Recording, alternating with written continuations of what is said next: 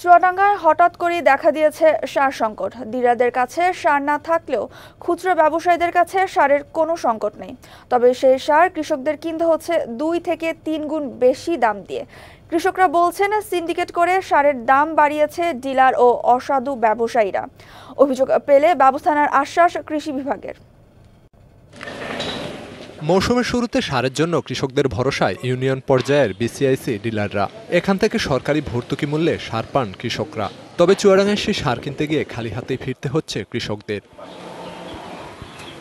সরকার নির্ধারিত ডিলারদের কাছে সার না পেয়ে কৃষকরা ছুটছেন খুচরা ব্যবসায়ীদের কাছে। তবে দাম কয়েক গুণ বেশি।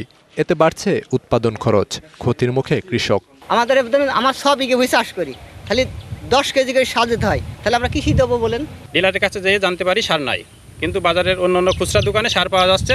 সরকারি সারই খোলা বাজারে বেশি দাম দিয়ে পাওয়া যাচ্ছে, বেশি দাম দিলে পাওয়া যাচ্ছে, এমনি ডিলারদের কাছে কোনো সার পাচ্ছি না। সানবিট সব দিবে সামাল।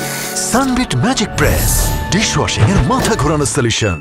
কৃষকদের অভিযোগ, সিন্ডিকেট করে সারের কৃত্রিম সংকট তৈরি করে বিপুল অর্থ হাতিয়ে নিচ্ছে একটি চক্র।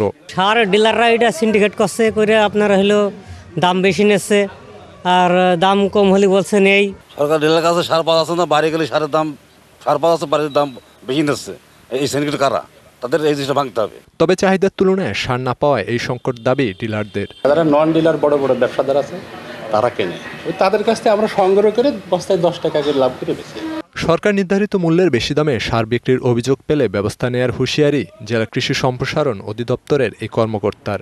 অন্য কোথা থেকে আরো বেশি দামে পাওয়া যাচ্ছে, সুনির্দিষ্ট ওই ডিলারের নাম তথ্য সহ যদি সুনির্দিষ্ট অভিযোগ আমাদের কাছে আসে, তাহলে অবশ্যই আমরা আইনানুগ যে ব্যবস্থা যেটা গ্রহণ করা দরকার সেটা অবশ্যই আমরা গ্রহণ করব। চলতি আউশ মৌসুমে জেলায় 64,000 মেট্রিক টন সারের চাহিদা ধরা হয়েছে। DBC news desk.